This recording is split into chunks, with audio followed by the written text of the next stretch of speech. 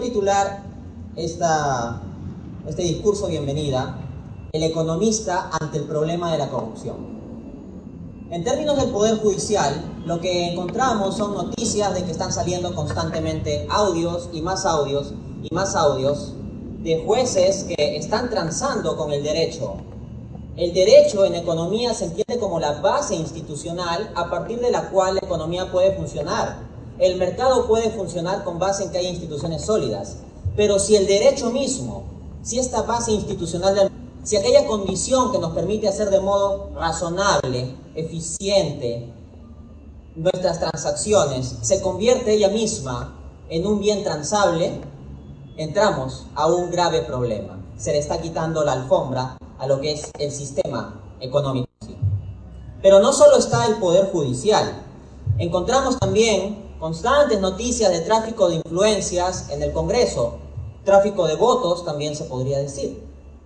Es una situación complicada. Recientemente, no hace mucho, estalló el escándalo de Odebrecht, esta empresa brasileña que pues al final ha comenzado a destaparse que cada vez más y más gobiernos y más funcionarios han estado involucrados con la misma. Entonces, esto no es una situación coyuntural. Odebrecht es simplemente una oportunidad para descubrir buena parte del problema de corrupción que tenemos. ¿Pero acaso es la única empresa que está relacionada con este tipo de acciones corruptas? ¿O los funcionarios que han sido descubiertos son acaso los únicos funcionarios que realizan este tipo de cosas? Bien puede ser que Odebrecht sea la punta del iceberg. Tal vez una punta grande y notoria, pero no el iceberg completo. Asimismo, respecto del Poder Ejecutivo, ¿qué podemos decir de nuestros últimos presidentes? Entre nuestros últimos presidentes tenemos los que han estado en la cárcel, que están investigados, que han sido vacados. Entonces, es un escenario que debe llevarnos a una reflexión responsable. Una reflexión responsable sobre lo que nosotros como economistas tenemos que hacer en la sociedad, especialmente en un contexto tan difícil como este. El fin práctico último de la economía es el desarrollo económico, que las naciones se desarrollen. Y ahí viene la cuestión de cuál es el factor que está detrás del desarrollo de los países. Esta pregunta se han hecho dos académicos, Daron Acemoglu y Robinson, en su libro ¿Por qué fracasan las naciones? Why Nations Fail, de 2012. Y lo que ellos concluyen es que la razón o el factor fundamental que determina por qué unas naciones prosperan y otras fracasan son las instituciones. Y de entre las instituciones, la corrupción es algo que las corroe, que las debilita, que las distorsiona. En consecuencia, si la base de desarrollo de los países son las instituciones y la corrupción corrompe las instituciones, enfrentar la corrupción es crucial para construir un auténtico desarrollo económico. Aquí no hablo meramente de un crecimiento coyuntural porque en cierto periodo subió el precio de los metales o porque eventualmente hubo un boom de la construcción, sino un auténtico desarrollo sostenible, ¿no? Con crecimiento económico, pero también con elementos de equidad social, instituciones sólidas, etc. Entonces, todo esto debe llevarnos a una reflexión.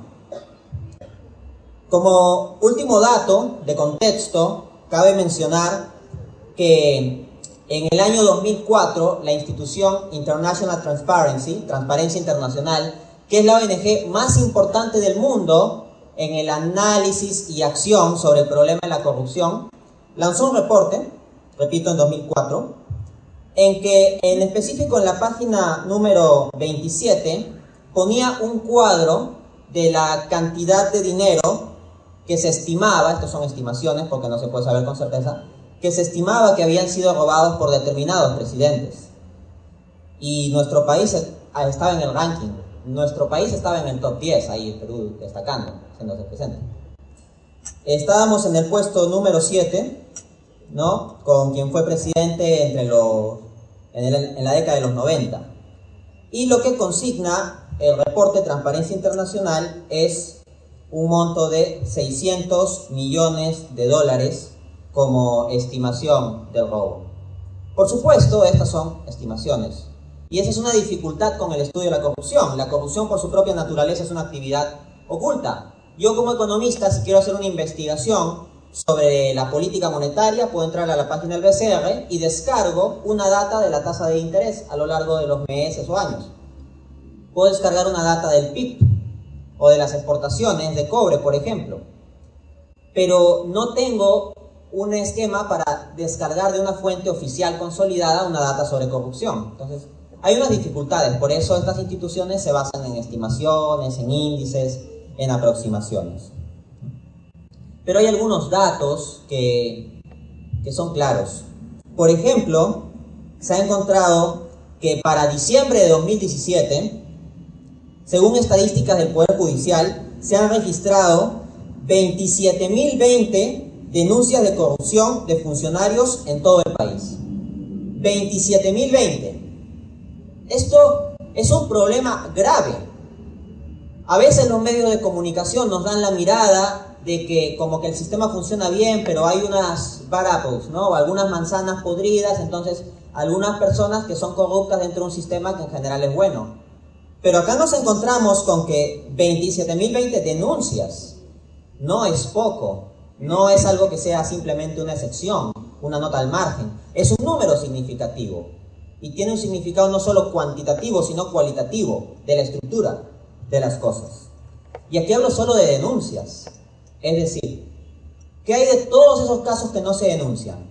Por ejemplo, casos en que el corrupto y el corruptor se llevan bien y entonces no hay necesidad de denunciar. Porque, ¿cuándo se denuncia la corrupción?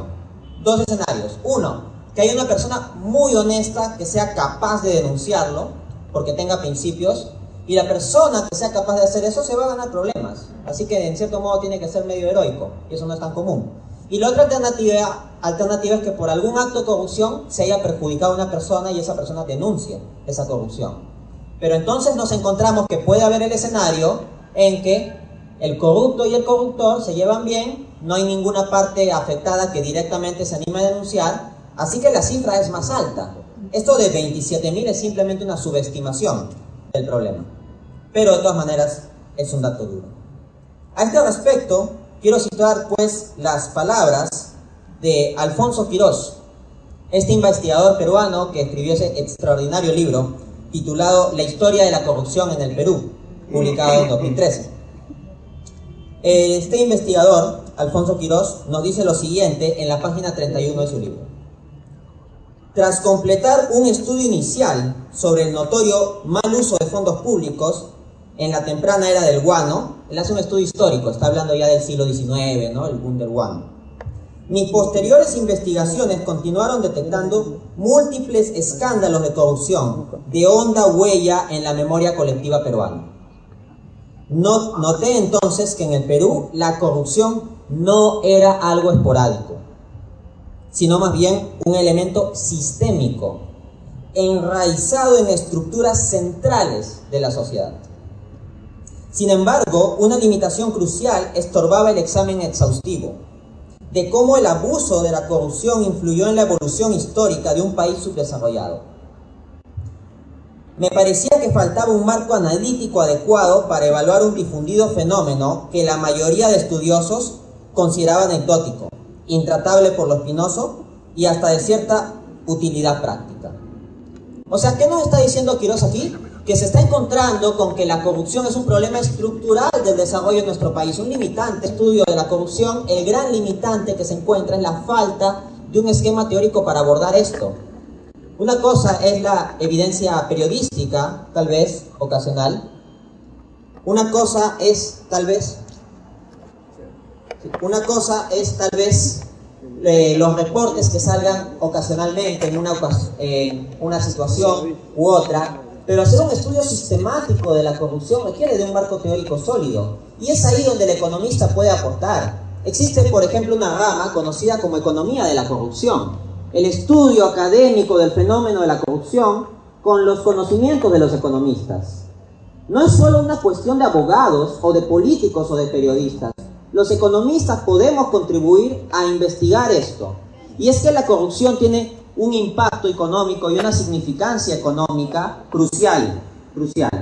Y solo para ir contextualizando esto, nos encontramos con que, de acuerdo con el ranking del Foro Económico Mundial 2017-2018, nuestro país se encuentra en el puesto 89 de 137 en la categoría de pagos irregulares y sobornos. El puesto 1 es el más transparente, o sea, el que sería más competitivo. Entonces nosotros encontrarnos en el 87 de 137 es que estamos atrás. Asimismo, de acuerdo con el índice de percepción de corrupción de Transparencia Internacional, con datos del 2017, nos encontramos en el puesto 96 de 180. Nuevamente, el número 1 es el país con más transparencia. Entonces nosotros estamos rezagados hasta el puesto 96. En estabilidad macroeconómica, en el índice de competitividad global, solemos estar bien. Incluso estamos en buenos puestos si uno revisa reportes anteriores. Por ejemplo, la inflación se ha mantenido baja y todo eso. Pero ¿por qué no somos un país tan competitivo? ¿Qué es lo que nos está limitando? Que esos índices de competitividad toman también en cuenta el factor institucional, el pilar institucional, y es ahí donde nos vamos abajo. También nos vamos abajo en infraestructura, porque tenemos poca infraestructura, brechas grandes de infraestructura e infraestructura de mala calidad. Pero, ¿de dónde nace esa infraestructura de mala calidad? En gran parte de la corrupción, que se hacen las cosas con costos inflados y no se ve un verdadero análisis técnico. Entonces, para ir cerrando, quiero dar el dato de que, de acuerdo a la Defensoría del Pueblo, se ha estimado que anualmente el costo de la corrupción en términos de lo que el Perú pierde por este crimen, por este problema, es alrededor de 13.000 millones de soles. 13.000 millones de soles. ¿Cuánto se podría hacer con eso por el desarrollo de nuestro país? Entonces la corrupción tiene implicancias económicas y los economistas tenemos que comenzar a ser conscientes de esto desde nuestra perspectiva profesional, difundir el problema, enfrentarlo, nosotros mismos vivir una vida ética a todo nivel en todos los ámbitos de nuestra profesión para también ir cambiando esto, porque digamos el cambio empieza también por uno mismo, pero también se trata de saber que hay un problema estructural y que tenemos que contribuir, y también como colegio de economistas. Se trata de una responsabilidad social con la sociedad civil. No es que necesariamente las estructuras del Estado lo vayan a solucionar, porque ellos son los mismos que están implicados en el problema. Una esperanza es que los colegios profesionales, como en cierto modo entidades de la sociedad civil, aporten a que esto se solucione. Muchas gracias.